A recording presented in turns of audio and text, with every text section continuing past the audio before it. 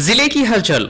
आकाशवाणी लखनऊ से प्रस्तुत है जिले की हलचल। आज सुनिए कन्नौज और सोनभद्र जिलों की हलचल। पहले सुनते हैं कन्नौज जिले की हलचल। आलेख और स्वर है रवि कुमार द्विवेदी का।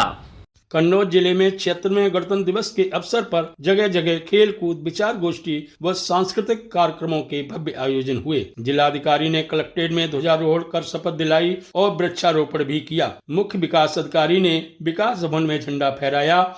जिला एवं सत्र न्यायालय में प्रभारी जिला जज ने झंडा फहराया। बाद में पुलिस लाइन में आयोजित हुए गणतंत्र दिवस समारोह में राज्य मंत्री स्वतंत्र प्रभार असीम अरुण ने परेड की सलामी ली और समारोह को संबोधित किया। सभी ने देश के अमरवीर शहीदों को नमन किया।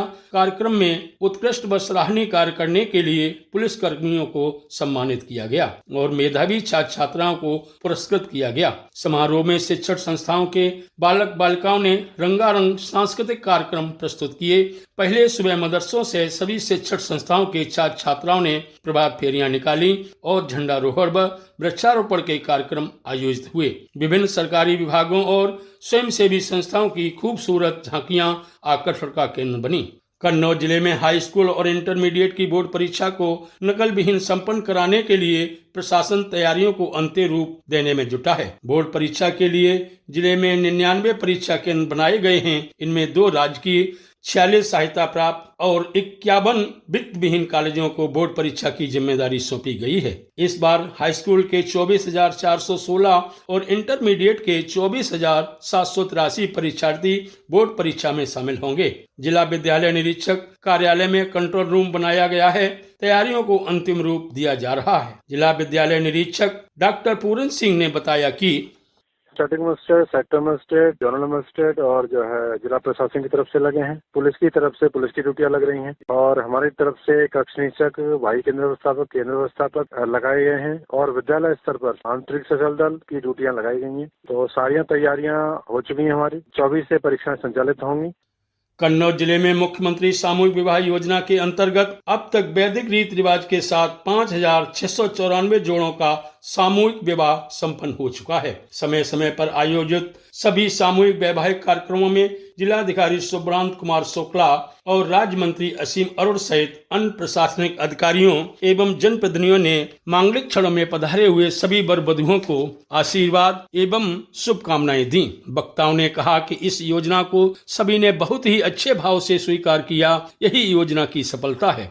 कन्नौज जिले में प्रदेश के उप मुख्यमंत्री केशव प्रसाद मौर्य ने संविधान गौरव अभियान कार्यक्रम में समाज उत्थान के लिए विभिन्न क्षेत्रों में बाबा साहब डॉक्टर आम्बेडकर के योगदान पर प्रकाश डाला। उन्होंने कहा कि संपूर्ण प्रदेश और देश बाबा साहब के प्रति कृतज्ञ है। बाबा साहब महिलाओं का सशक्तिकरण चाहते थे। उन्होंने कहा कि लंबी लड़ाई के बाद महिलाओं को मताधिकार का अधिकार मिला। अब प्रधानमंत्री बाबा साहब के सपनों को साकार करने का काम कर रहे हैं। उप मुख्यमंत्री केशव प्रसाद मौर्य ने बताया कि संपूर्ण प्रदेश और संपूर्ण देश बाबा साहब के प्रति कृतज्ञ है कि उन्होंने भारत को एक ऐसा संविधान दिया जिसके कारण से आज हमारा देश, हमारा प्रदेश ही नहीं, हर परिवार प्रगति के पथ पर आगे बढ़ रहा है। इसी के क्रम में जब संविधान के अनुसार देश को चलाने के लिए 75 वर्ष पूरे हो रहे हैं, इस कार्यक्रम को भारतीय जनता पार्टी ने राष्ट्रीय स्तर पर संविधान गौरव अभियान के नाम से लिया है।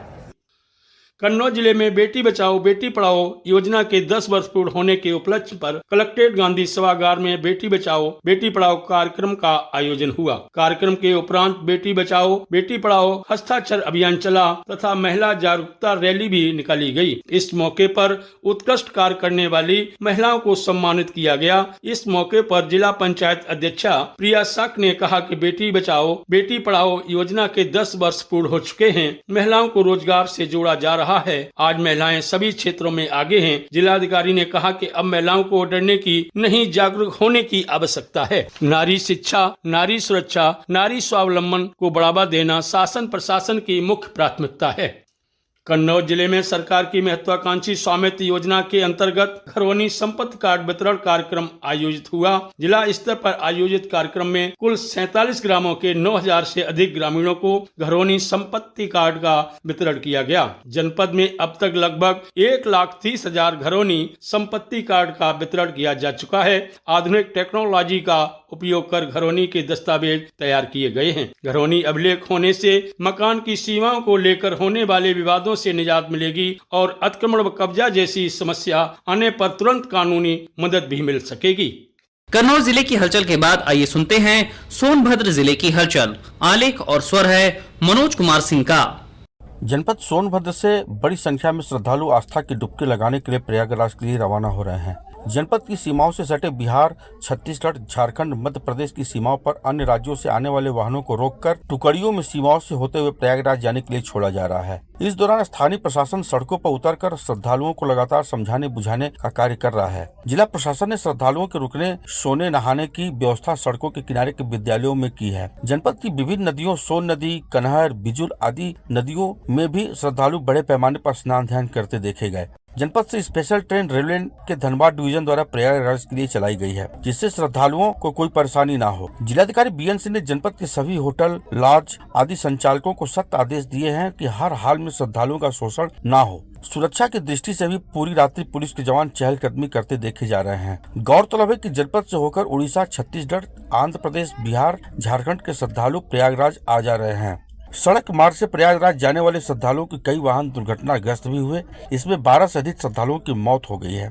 जनपद सोनभद्र में 76वां गणतंत्र दिवस कलेक्ट्रेट परिसर में धूमधाम के साथ मनाया गया। इस बार के गणतंत्र दिवस पर मुख्य अतिथि राज्य मंत्री समाज कल्याण विभाग संजीव सिंह गौड़ रहे। संजीव सिंह गौड़ ने जिले के सराहनीय कार्य करने वाले पुलिस अधिकारियों को स्मृति चिन्ह एवं प्रशस्ति पत्र देकर सम्मानित किया। गणतंत्र दिवस के दिन ध्वजारोहण, राष्ट्रगान के बाद शांति के प्रतीक सफेद कबूतरों को आसमान में छोड़ा गया। जिलाधिकारी बीएन सिंह ने अधिकारियों और कर्मचारियों से आह्वान किया कि अपने दायित्व को निभाने में परोपकार की भावना रखें। उन्होंने कहा कि विश्व के सबसे महान, अनोखे एवं कल्याणकारी संविधान को हम सबको सहेज रखने की आवश्यकता है। गणतंत्र दिवस से एक दिन पूर्व 15वें राष्ट्रीय मतदाता दिवस का आयोजन किया गया। इस दौरान जिलाधिकारी ने सराहनीय कार्य करने वाले बीएलओ और सुपरवाइजर को प्रमाण पत्र देकर सम्मानित भी किया। राज्यपाल आनंदीबेन पटेल की विगत दिनों सोनभद्र दौरे के दौरान सर्वाइकल कैंसर से बचाव हेतु HPV वैक्सीन का जिलाधिकारी द्वारा म्योरपुर और बभनी कस्तूरबा विद्यालय के 50 किशोरों को वैक्सीनेशन करवाया गया। जनपद सोनभद्र में विगत दिनों भारत सरकार की वित्तीय सेवाओं के निदेशक सुशील कुमार सिंह ने जनपद का दौरा किया। श्री सिंह द्वारा भारत सरकार के 6 पैरामीटर की समीक्षा की गई। समीक्षा के दौरान उन्होंने बचत एवं चालू खाता की स्थिति शाखावार जानने के बाद प्रधानमंत्री जीवन ज्योति योजना, प्रधानमंत्री सुरक्षा बीमा योजना, अटल पेंशन योजना एवं जनधन खाता के बारे में जानकारी भी ली। जो योजनाएं मानक के अनुरूप नहीं मिले उन्हें तत्काल सुधारने का आदेश भी दिया। जनपद सोनभद्र के स्वयं सहायता समूह द्वारा राजभवन में स्टॉल 101 एवं 102 पर लगाए गए विभिन्न उत्पादों की प्रदर्शनी एवं बिक्री की जा रही है। इस दौरान जिलाधिकारी ने लोगों से अपील की कि उक्त प्रदर्शनी में पहुंचकर खरीदारी अवश्य करें, जिससे महिलाओं का उत्साह वर्धन हो सके। जनपद सोनभद्र में विगत दिनों प्रदेश सरकार के मुख्य सचिव मनोज कुमार सिंह जनपद भ्रमण पर आए। अपने भ्रमण के दौरान उन्होंने रिहन डैम का निरीक्षण भी किया। इस दौरान मुख्य अभियंता जल विद्युत इंजीनियर शैलेश सिंह द्वारा बताया गया कि वर्तमान में उत्पादन 300 मेगावाट है, जो कि आगामी समय में 640 मेगावाट परियोजना बनाए जाने को प्रस्तावित है। अपने भ्रमण के दौरान सड़क मार्ग से लौटते वक्त सोनभद्र मोटर संगठन के लोगों द्वारा मुख्य सचिव के काफिलों को रोककर जनपद में खनन में प्रयुक्त MM11 की कालाबाजारी से अवगत कराया। साथ ही बताया कि जनपद में चुनिंदा लोगों के लिए VIP कल्चर से वाहनों को बिना आवश्यक MM11 दस्तावेज के चलवाया जा रहा है। संगठन के लोगों ने बताया कि वाराणसी शक्तिनगर राजमार्ग पर अवैध रूप से खनिज विभाग का बैरियर लगाकर खनिज विभाग वाहनों से जबरदस्ती रोककर उनका चालान कर रहा है। मोटर मालिकों का शोषण खनिज विभाग द्वारा किया जा रहा है। मुख्य सचिव ने इस कार्रवाई करते हुए स्टेट हाईवे से खनिज बैरियर को हटाने का आदेश दिया। उन्होंने पूरे प्रकरण की जाँच कराने के निर्देश भी दिए। इस दौरान खनन विभाग ने मोटर संगठन से जुड़े लोगों के खिलाफ मुकदमा भी दर्ज करवाया है,